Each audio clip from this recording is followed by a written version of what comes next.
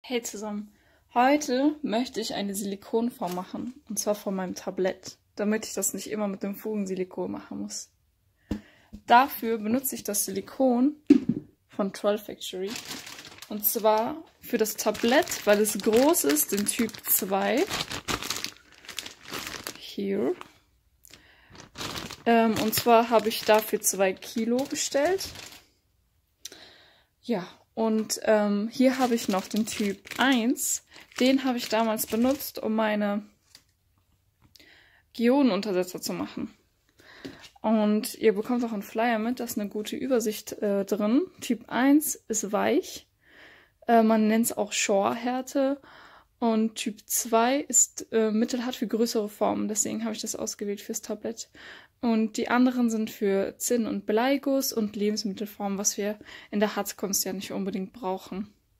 Ich habe es bei Amazon gefunden und lasst euch nicht von der Auswahl erschlagen. Es gibt so viele Farben. Wenn ihr runterscrollt, ist da eine richtig gute Übersicht, eine Tabelle. Auf deren Instagram-Seite haben die richtig gute Beiträge, wo die ganzen Fragen beantworten, die ganzen Fachwörter. Übrigens mache ich noch ein Video zu den Geodenuntersetzerformen. Also sucht einfach mal auf meinem Kanal, da findet ihr ganz viele hilfreiche Sachen. Und bevor ich jetzt anfange, euch zu zeigen, wie ich das gieße, erkläre ich nochmal was zum Rand. Und zwar habe ich bestimmt 2 oder 3 Monate nach dem richtigen Rand hier gesucht, weil ich wollte einfach keinen Karton nehmen, was ihr auch einfach machen könnt. Troll Factory hat auch einen YouTube-Kanal, da habe ich das bei denen gesehen, weil ich wollte nicht dieses Silikon verschwenden in den Ecken. Und ich habe endlich das Richtige gefunden, und zwar ist das eine Kunststoff-Sockelleiste von Tedox. Und die ist schön stabil und glatt, deswegen habe ich die ausgewählt. Ich habe die hier am Ende mit Tesafilm, mit glattem Tesafilm zusammengeklebt, damit kein Silikon dazwischen fließt. Und ich habe hier mit Fugensilikon, da bin ich einmal drum herum gegangen, damit das nicht ausläuft, weil das ist mir bei meinen Untersetzern damals passiert. Das war eine Verschwendung und ein Massaker. Und außerdem habe ich jetzt einen Tag gewartet, bevor ich angefangen habe, weil ich hatte die Angst, sag ich mal, dass wenn doch Silikon ausläuft und das Fugensilikon noch feucht ist, dass es unschön wird. Also wenn schon, denn schon. Bei dem Tablett habe ich mehrere Schichten drauf gemacht, damit ich wirklich eine perfekte Oberfläche habe, weil das Silikon zeigt wirklich alles. Jedes Staubkörnchen und jede Luftblase. Und ja. Für manche ist das ja vielleicht nicht so wichtig, aber meistens wird meine Unterseite viel schöner. Deswegen muss die drin perfekt sein. Für mich zumindest. Jeder kann es ja machen, wie er möchte. So. Ich habe ungefähr überall 1 bis 2 Zentimeter Rand gelassen.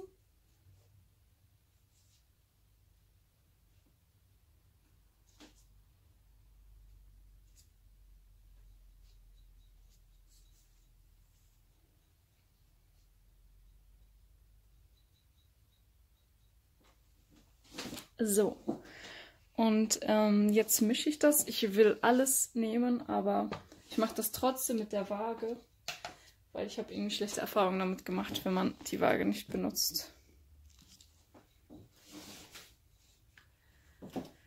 Dieses Kautschuk hier, Silikon-Kautschuk Typ 2, ist kurzfristig bis 180 Grad belastbar, was gut ist, wenn wir mit unserem Torcher über unsere Hartsachen gehen. Und dieses Silikon hat eine Verarbeitungszeit von 7 Minuten. Also rühre ich das und muss es sofort reingießen. Oh, Bläschen sind nicht gut. Und langsam rühren, damit wir keine Luftbläschen haben. Und ich habe gelesen, dass man das Silikon-Kautschuk aus einer größeren Höhe reingießen soll. Wahrscheinlich bekommt man dadurch weniger Bläschen. Das ist jetzt auch erst meine dritte Silikonform, die ich selbst mache. Also ich bin noch nicht ganz der Profi.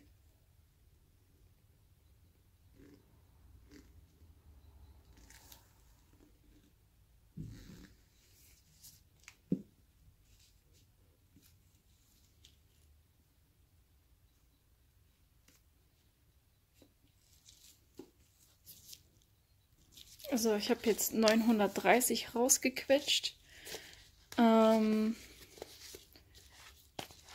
Man könnte es auch aufschneiden, glaube ich, und alles reinbekommen oder sich mehr Mühe geben, aber es reicht mir auch so.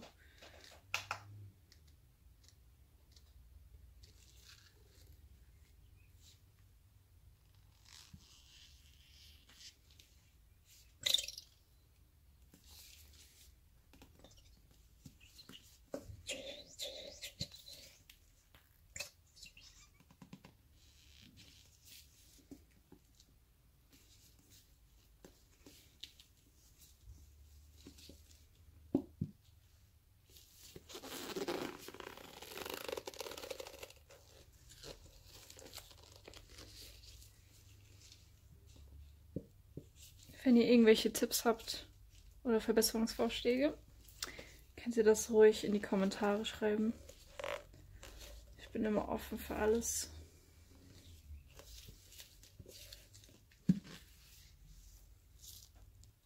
So, ich habe gelesen, man soll mit dem Teil ein bisschen, ne, damit die Bläschen nach oben kommen. Und jetzt rühre ich das mal vorsichtig. Man soll es nicht schnell rühren, da dadurch viele Bläschen entstehen. Das ist hier beim Harz auch so.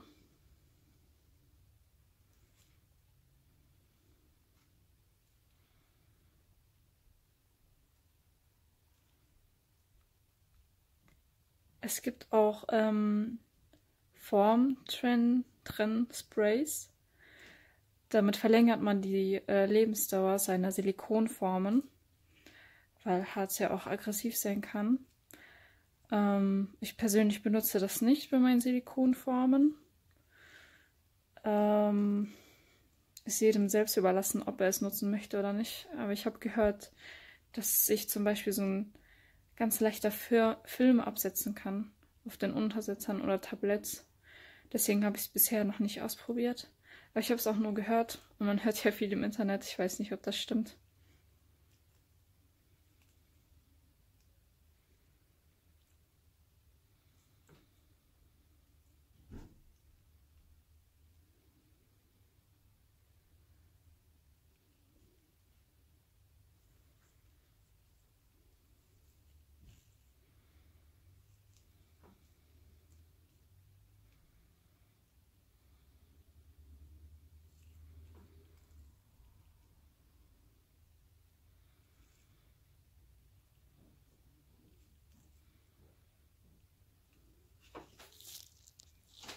So, ich glaube, das war's jetzt.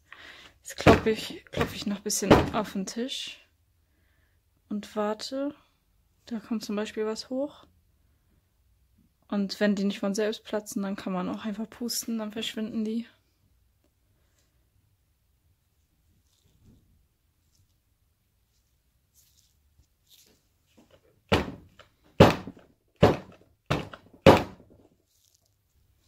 So, ich habe jetzt noch ein paar Mal geklopft und gepustet. Und jetzt gießen wir das aus einer höheren Höhe auf mein Tablett.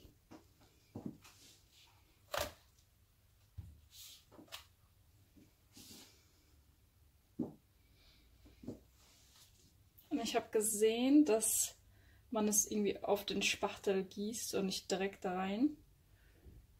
Es gibt eine Instagramerin, die hat sehr hilfreiche Videos.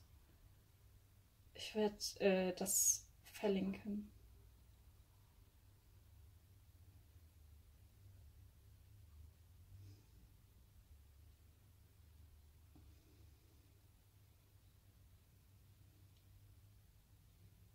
Ich glaube, ich habe ein bisschen zu lange gewartet. Das Silikon ist sehr schon etwas dickflüssig geworden. Oh.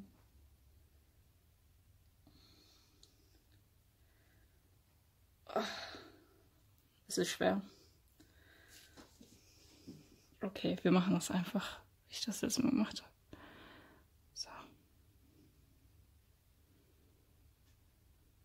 Okay, die Ecke hat viel weniger Bläschen. Habe ich da hinten irgendwas falsch gemacht?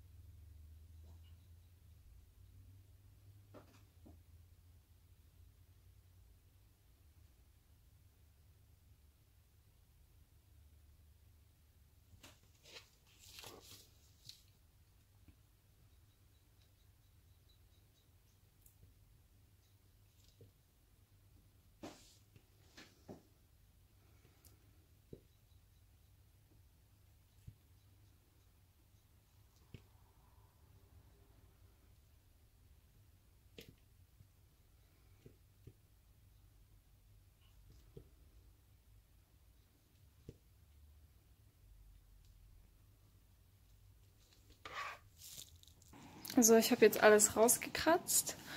Jetzt warte ich 40 Minuten, dann ist es schon hart. Ich habe jetzt ein bisschen Angst wegen der einen Stelle, aber wenn ihr das Video schaut, ihr könnt es meinem Fehler lernen. Ihr habt ja gesehen, was ich falsch gemacht habe. Es sind schon mega viele Bläschen nach oben gestiegen, was sehr gut ist. Ich hoffe, die verschwinden dann von der Oberfläche, weil das ist extrem wichtig, dass es perfekt glatt wird. Aber ich bin zuversichtlich. Übrigens könnt ihr diese Grenze auch mit einer Kuchenform machen, wenn ihr kleinere Sachen macht. Es gibt diese flexiblen hier, die man größer und kleiner machen kann.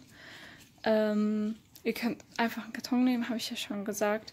Ihr könnt andere Silikonformen nehmen, das lässt sich auch daraus lösen. Okay, wir sehen uns in 40 Minuten und dann gucken wir mal, wie das Ergebnis ist. Ein bisschen Satisfaction für euch.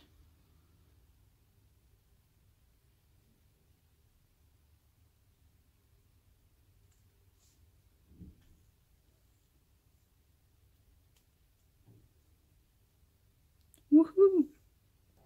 So, ich habe jetzt 40 Minuten gewartet und jetzt hole ich das mal aus der Form raus.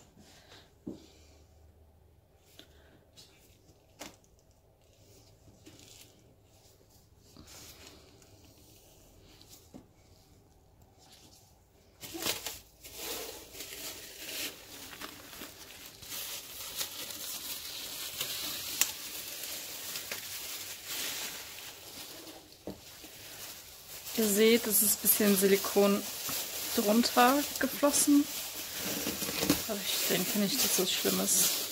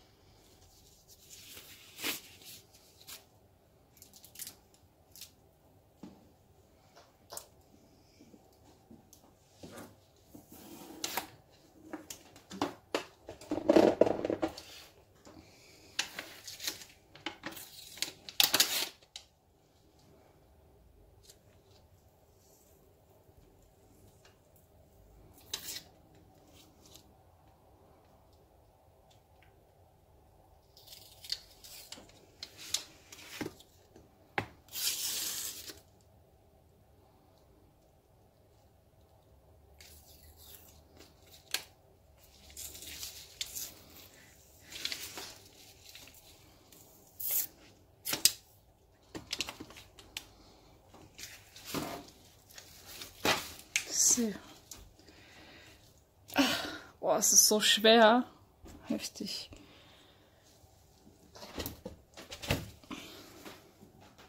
Ich weiß nicht, ob ihr das gesehen habt, aber mein Fugensilikon war noch nicht ganz trocken.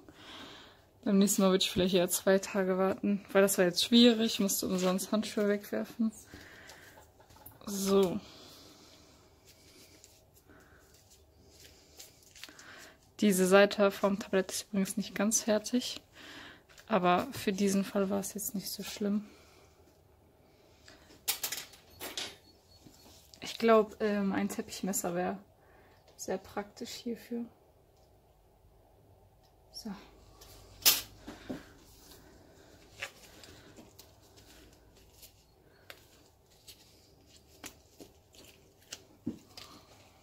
Moment. Ich habe diesen überstehenden Rand jetzt ein bisschen angeschnibbelt, damit ich das ein bisschen besser aus der Form holen kann.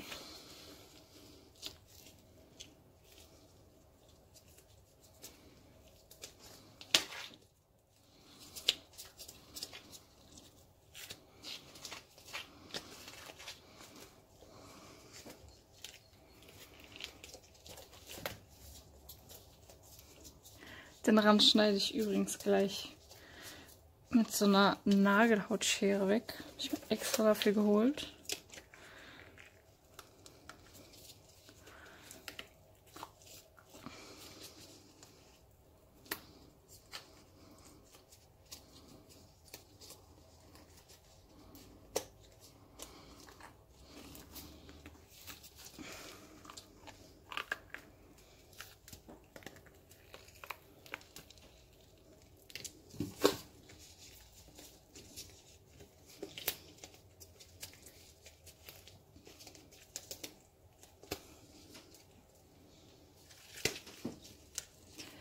Also ohne diesen Rand wäre es auf jeden Fall viel einfacher. Das sieht so schön aus.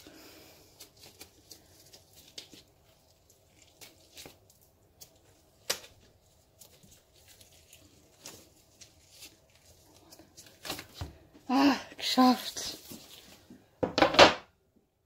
Oh yes. Das ist so glänzend. Die Tablets werden so schön, ich sag's euch.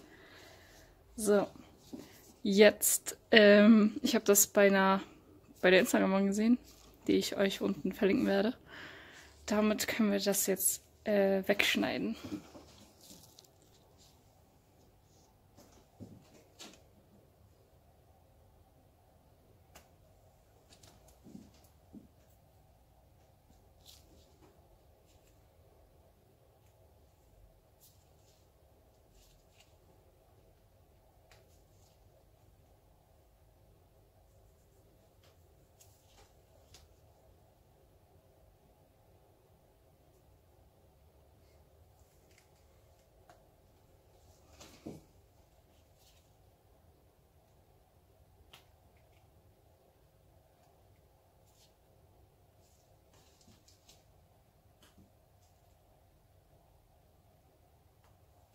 Ihr habt jetzt gesehen, wie das funktioniert. Ich mache das später nochmal genauer. Noch eine wichtige Sache. Ich weiß jetzt nicht, wie das bei dem Silikon ist. Aber als ich meine Untersetzer gegossen habe, das ist jetzt zum Beispiel einer, dann lag der nicht ebenmäßig auf dem Tisch. Das habe ich mit dem Kautschuk-Silikon Typ 1 gemacht. Der lag hier auf dem Tisch, aber hier nicht. Und ich dachte die ganze Zeit, keine Ahnung, ich wusste einfach nicht, woran es liegt, weil ich habe wirklich alles richtig gemacht und mein Original war auch ebenmäßig. Und dann habe ich verstanden, dass der Rand war ein bisschen höher. Hier einmal drumherum. Bei denen, die Untersetzer schon mal gießen, ihr kennt ja diese Kante, die ein bisschen höher ist am Rand. Und dadurch, dass das hier, keine Ahnung, 1 Millimeter, wenn überhaupt, ein bisschen höher war, war mein Untersetzer nicht mehr gerade. Und dann habe ich das bei der Instagram gesehen, dass die hier auch entlang geht und dann einfach dieses Überstehende abmacht. Und dann sollte alles perfekt funktionieren. Ich habe das Ganze jetzt umgedreht und spüre diesen kleinen Rand hier auch. Dann geht der einfach hier so entlang.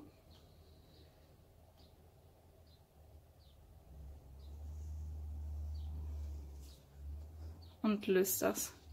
Ich bin mir noch nicht sicher, wie viel man davon abschneiden muss, aber wenn ihr das selbst ausprobiert, dann werdet ihr das schon merken. Hauptsache dieser Rand hier ist weg. Okay, ich bin jetzt fertig. Ich bin so stolz, es ist so gut geworden. Ja, schreibt mir ruhig Kommentare, wenn ihr noch Fragen habt oder fragt Troll Factory, die sind auch sehr nett und hilfsbereit. Und ja, wir sehen uns im nächsten Video. Ciao, ciao!